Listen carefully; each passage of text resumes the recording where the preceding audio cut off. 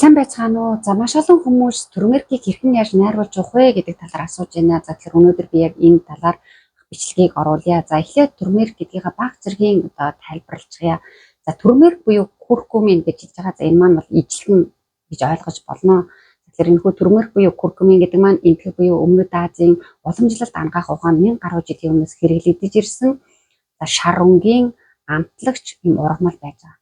Турмеркийн маань гол идэвхтэй найрлага болох тэр идэвхтэй бодис нь бол тэр куркумин гэдэг юм бодис байж байгаа. За энэ хүү куркумин бол өрөвслийн эсрэг маш өндөр үр дүнг үзүүлдэг. Да ялангуяа архиг, хурц, өрөвслийг маш сайн бууруулж өгдөг юм үр дүнтэй байдаг учраас үе мөчний асуудалтай хүмүүсийн хувьд буюу артрит, за мөн хэрэг өвчтөй хүмүүсийн хувьд хэрэглэхэд маш их үр дүнтэй гэж хэлдэг. Хамгийн гол нь энэ нь болохоор энэ турмерк гэдэг маань ургамлын гаралтай учраас хүний бид сөрөг нөлөө үзүүлэх тэр чадвар нь бол маш бага байдаг. За тэгтээ бас анхаарах зүйлүүд байж байгаа. За энэ хүү турмерк гэдэг маань түүнээс гадна за мөн витамин С, Е, калий, кальций, магний, төмөр зэрэг агуулгдсан байдаг. За мөн эфирийн туш, давирхай, полисахарид агуулсан байдаг учраас за хотоодны өрөвсөлдийг намжаах, за мөн дархлааг дэмжиж өгөх гэдэг маш олон бас үр дүнгууд байдаг. За хамгийн гол нь за энэ турмеркийг хэрэглэхдээ бас танар маань бага тунгаар эхэлж хэрэглэх хэрэгтэй. За ерөнхийдөө бол сүүлийн үед бол энэ турмерк бол маш өрөвслийн эсрэг маш үр дүнтэй байдаг учраас энэ үе мөчний асуудалтай хүмүүс их хэрэглэж байгаа учраас имийн сангуудад капсул хэлбэрээр их зарагддаг болсон байж байгаа. За тэгэхээр энэ капсул хэлбэрээр зарагдж байгаа тохиолдолд бол тэрхүү капсул доторх тэр куркумины тэр идэвхтэй бодисийн тун өндөр байдаг учраас аль болох бас болгоомжтой хэрэглэх хэрэгтэй. Харин энэ хүнсэн зориулсан хэлбэрээр буюу бидний авч хэрэглэж байгаа юм савтай энэ унтаг хэлбэрээр хэрэглэж байгаа тохиолдолд харьцангуй энэнд бол тэр куркумин гэх идэвхтэй бодисийн тун бага байдаг учраас гайгүй. Гэтэл ерөнхийдөө бас болгоомжтойгоор тунгаа тохируулж уух хэрэгтэй. Ер нь бол аливаа зүйлүүдийг хэрэглэхдээ эхлээд заавал бага тунгаар хэрэглэх хэрэгтэй. Тэгээд бага тунгаар хэрэглээд за өөрөө чинь бид сөрөг нөлөө үзүүлэхгүй ямар нэгэн элдв ургал үзүүлэхгүй байх юм бол та тэрхүү зүйлийг цааш хэрэглээд явж болно гэсэн. Хэрвээ ямар нэгэн хариу ургал үзүүлээд таагүй мэдрэмж төрж явах юм бол та тэр зүйлийг хэрэглэхгүй байх хэрэгтэй. Учир нь заавал бага тунгаар хэрэглэнэ гэдгийг анхаарах хэрэгтэй. За түүнээс гадна хэрвээ та хотоодны шарахтай, за мөн зүсний чудуутай, за мөн цус шингэрүүлэгч эм ууж хэрэглэж байгаа бол турмерк ууж болохгүй. За мөн ойрын үед хагалгаанд орох гэж байгаа хүмүүс байх юм бол мөн ууж хэрэглэж болохгүй.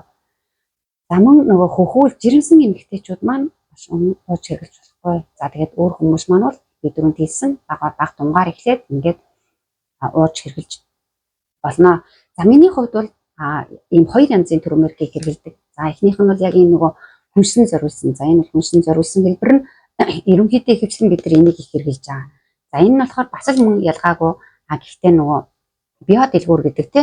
За ерөнхийдөө биодэлгүүрээс авсан. За энэ гол юу нь болохоор хар перцийг хольчихсан турмеркийг хар перцтэй хольчихсан байж байгаа. Зарим нь болохоор ийм сүйтэй те ийм ингээ хольчихсан ийм ялгаатайгаар байж байгаа. Энэ хоёрын ялгаа нь гэх юм бол. За энэ нь бол яг өөр бас хүнсний ногоонууд те улаан перц, улаан чинжүү, өөр бас хүнсний ногоонууд бас ингээ орчихсон юм байж байгаа. За тэгэхээр турмерк гэдэг маань өөрөө тэр куркумин гэдэг маань идэвхтэй тэр био идэвхэн ерөнхийдөө бага байдаг учраас хүний биед нийлэгжих шинэгдэлттэй нэлээд удаан байдаг. Тийм учраас тэр шинэгдэлтийг нэмэгдүүлэхийн тулд бага зэргийн юм хар перцийг заавал хийж явах хэрэгтэй. За хар перцэнд байдаг пиперин гэдэг энэ бодис маань энэ турмеркийн тэр нийлэгжилтийг маш сайн, чимэгдэлтийг маш сайн нэмэгдүүлж өгдөг. Миний хувьд бол энэ коконы тосыг хэрэглэдэг. За коконы тос, оливын тос. За тэгээ өөрөөсөө бас монголчууд бол шар тосыг хэрэглэж болох уу гэж асуугаад байгаа. Миний хувьд бол шар тосыг бас болно гэж хэлж байгаа. Яг тийм шар тос маань бас бага зэргийн омега 3 агуулсан байдаг. Тэр омега 3 гэдэг маань бас биднэрт маш хэрэгтэй үе мөчний асуудалтай хүмүүсийн хувьд өрөвслийг бас бууруулж өгдөг. Тийм учраас бага зэргийн шар тос бас боломжтой. За миний хувьд бол яаж найруулж өгдөг вэ гэхлээр за ерөнхийдөө 500 г бид нар ерөнхийдөө бас маш их усыг хэрэглэж ууж авах хэрэгтэй. Тэр бидний бие организм гэдэг маань ерөнхийдөө маш их ус хэрглэж ерөнхийдөө их ажиллаж байгаа шүү дээ. Тэгэхээр уюудын маань гэсэн үеийн маань шингэн гэсэн ерөнхийдөө ихэнх хувь нь ус байж байгаа. Тэгэхээр бас нэг үеийн шингэн багасаад байна эдрэгж яриад байдаг маань бас нэг ус бага удагтай холбоотой. Тийм учраас усыг ерөнхийдөө маш их сайн ууж авах хэрэгтэй. Тийм учраас миний хувьд бол 500 г ус гэж хэлээд байдгийн шүү. Нэлээд их ус хэлдэг. Зарим хүмүүс ямар их ус юм бэ эдрэгж хэлээд байдаг. За тэгэхээр 500 г халуун усанд халуун ус тийм үү. За буцалгачаад баг зэрэг температурын бууруулна гэсэн үг. Ингээ буцалж яахт нь биш те. Буцалгаад жоох ингээд тавиад эсвэл халуун ус байж болно. За ийм 70-80 градустай ийм усанд за миний хувьд бол яг ийм амны ийм жижиг халбгаар за ерөнхийдөө яг нэг иймэрхүү хэлбэрээр нэг овоолоод авахгүй те ерөнхийдөө яг нэг иймэрхүү за иймийг тэр 500 г халуун усандаа хийдэг. За турмерик гэсэн. За мөн энэ хар перцнээсээ маш жоохон чимх ерөөсөө л нэг чимх хар перцийг мөн хольж өгнө. Тосоо бол та нар маань тэр 500 г усандаа энэ жижиг халбагныхаа яг тал ийм жоохон тосыг хийчих хэрэгтэй. За яг ингээд энэ гурвыгаа ингээ хутгаад за тэгээ сайхан хөргөнө. Хөргөөд хөргснийхөө дараа ингээ сайхан зайлж байгаа зарим хүмүүс шүүхүү ингээд тунаад ах юм асах уу тэр тунсны нэдрэгж асуугаад тэгэхгүй миний хувьд бол ингээ сайхан савнд хийждэг усныхаа савнд жишээлх юм бол одоо ийм ажилдаа явахдаа эдгээр ийм савндаа хийгээ аваа явчихдаг. За ингээд энэ савндаа хийчээд ингээ сайхан зайлж агаад хөдлөж байгаа тэгээ баг багаар уугаа яваад байдаг. За та нар маань бас яг ингэж уух хэрэгтэй. Би бол бас яг тийм учраас 500 г усаа гэд бас яг усын ахиу хэлээд байдаг юм байна. За яг ингээд уух хэрэгтэй. За тэгээ хизээ уух вэ гэж ядж байна. За ерөнхийдөө бол ийм уемжны асуудалтай хүмүүсийн хувьд бол дандаа хоол эзний дараа буюу өглөөнийхөө цайг уусны дараа эсвэл өдрийн хоол эзнийхаа дараа яагаад гэвэл энэ маань нөгөө тосонд бас маш сайн шимэгддэг гэж хэлсэн. Тэгэхээр нөгөө хоол эзнийхаа дараа хэрэглэх юм бол нөгөө тос хотоодонд маань хоолны тос байгаа учраас илүү шимэгдэлтийн маш сайхан нэмэгдүүлээд өчөж байгаа. Тэгэхээр хоол эзнийхаа дараагаар бас ингэж ууж хэрэглэж болно. Ерөнхийдөө тэгээд нэг 500 г усаа хэд зайлж явж байгаа л уучихна. Тэгээд тэрнээсээ гадна бас ерөнхийдөө өдөрт болж игэл та нар маань 2 литр усыг ууж авах хэрэгтэй шүү. За ингээд миний хувьд бол өдөрт нэгийг л ууж авдаг байж байгаа. Одоо нэгсэндээ нэг л ийм найруулсан халбагыг те ингэж ууж авдаг. За их хит их одоо нөгөө өрөвсөл ихтэй одоо хэрэг хөвчтэй хүмүүсийн хувьд бол маш их өрөвсөл ихтэй байдаг шүү дээ. Өвдөлт ихтэй. За ийм өвдөлт ихтэй өрөвсөлт ихтэй байгаа маань мөн хөл гарна ингээ бадаараад өглөө босч ирэх чинь хавийн бие чинь маш их хүнд босч ирж байгаа бол та өрөвсөл ихтэй байна л гэсэн. За ийм байгаа тохиолдолд бол өдөрт 2-ыг ууж болно. За сайхан өглөө цагаан усныхаа дараа нэг 500 г усанд найруулаад уучихна те яг энэ халбаг энэ жижиг юм найруулах болгондоо л яг энэ жижиг халбагаараа л ууна гэсэн.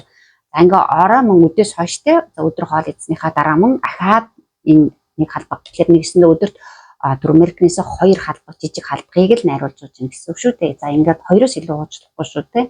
За яг ингээд найруулаад уугаа явж болно.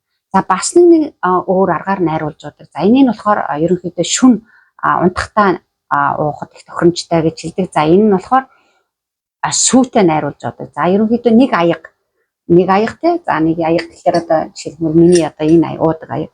За ийм нэг аяг сүүндээ сайхан өтгөн шүү. За зарим хүмүүс энэ хэрэг хөвчтэй за мөн энэ ерөнхийдөө уемжны асуудалтай хүмүүсийн хувьд сүү хэрэглэхээр тараг уухаар улам өвчин ихсээд байна гэдэр гэж яриад байгаа. Тэгэхээр яг зөхгүй одоо байгаа бол заавал тийм малын гаралтай сүү хэрэглэх хэрэггүй.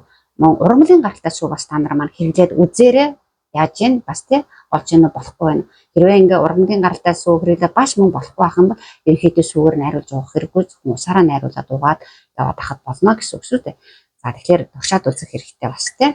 За юутай тохиром гайгүй байгаа хүмүүсийн хувьд бол орой юм нэг аягийн сайхан бас халуун сүү сайхан өтгөн сайхан халуун сүү хийгээд за энэндээ мөн л ялгаагүй бас нэг халбаг энэ турмерикнээсээ хийгээд нэг чинг хар перцнээсээ хийгээд за мөн баг зэргийн нөгөө тосноосоо жоохон хийгээд за ерөнхийдөө бас энэ сүйтэй найруулж явахад зүгийн бал бас жоохон хийж болно гэж хэлдэг. Тэгэхээр миний хувьд зүгийн балыг юу нэг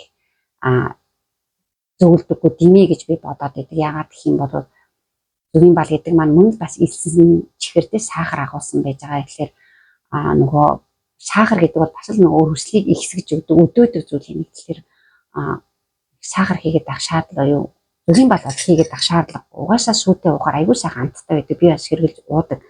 За ингээд бас мөнгө сайхан бүлэхэн болгож жагаад ороо унтахынхаа өмнө уух юм бол бас нойрыг бас сайжруулдаг. За нөгөө шүн нөгөө өвдөлтөй чинь бас нөгөө өрөвсөл ихтэй шүн унтаж чадахгүй хүмүүс байдаг шүү дээ тий. За сайхан тийм хүмүүс бол уугаад унтах юм бол шүн бас харьцангуй нөгөө өвдөлт чинь бас бага юм байдаг. Тэгэхээр нэгсэндээ ийм л хэрэглэхгүйгээр тий нөгөө өрөвсөл өвдөлт ихтэй болохоор чинь бид нар чинь өвчин намдаах юм хэрэглээд байдаг шүү дээ. Тэгэхээр тэр юмнуудыг хэрэглэхгүйгээр энэ пүрмеркийг хэрэглээд явах юм бол бас тэр юу чинь маань өвдөлт маань багс нөгөө өрсөлн буураад тэгэхээр угаасаа өвдөлт маань багасаад эхэлж байгаа. Тэр ийм хоёр аргаар ингээд найруулад уухад маш их тохиромжтой байж байгаа. За тэгээ та нар маань миний түрүүнд хэлсэн те эхлээд баг тунгаар гэдэг маань за би бол та нарт хэлсэн ийм жижиг халбагаар эхлээд найруулж яваа гэж хэлж байгаа шүү дээ. Тэгэхээр баг тун гэдэг маань нэгсэндээ энэний талаар найруулж явна гэсэн үг тийм үү? Талаар нь найруулж яваад за тэгээ бүх зүйлийн тал болгочоор чинь тосоож тал хийн талын тал дөрвөн хуваасны нэгийг хийн гэсэн үг шүү дээ тосоо тийм үү? За мөн перцэ маш жоохныг нэгсэндээ бараг нөгөө юугаар нэг жоохон одоо нөгөө шүтэнцний мод эднэртэй ингээд нэг жоохон л ингээд хийх мэгтаар ингээд найруулад тэгээд 2 хоног 3 хоног хэрэглээд үз. За тэгээд сөрөг нөлөө гайгүй авах юм бол хэрэглээ явж болно. За сөрөг нөлөө үзүүдэд хэлэх юм бол хэрэггүй юм байна, болохгүй юм байна гэж бодоод ингээд хэрэглэх байхад болно. За ингээд та нар маань болгоомжтойгоор хэрэглээд тушаад үзээрэй.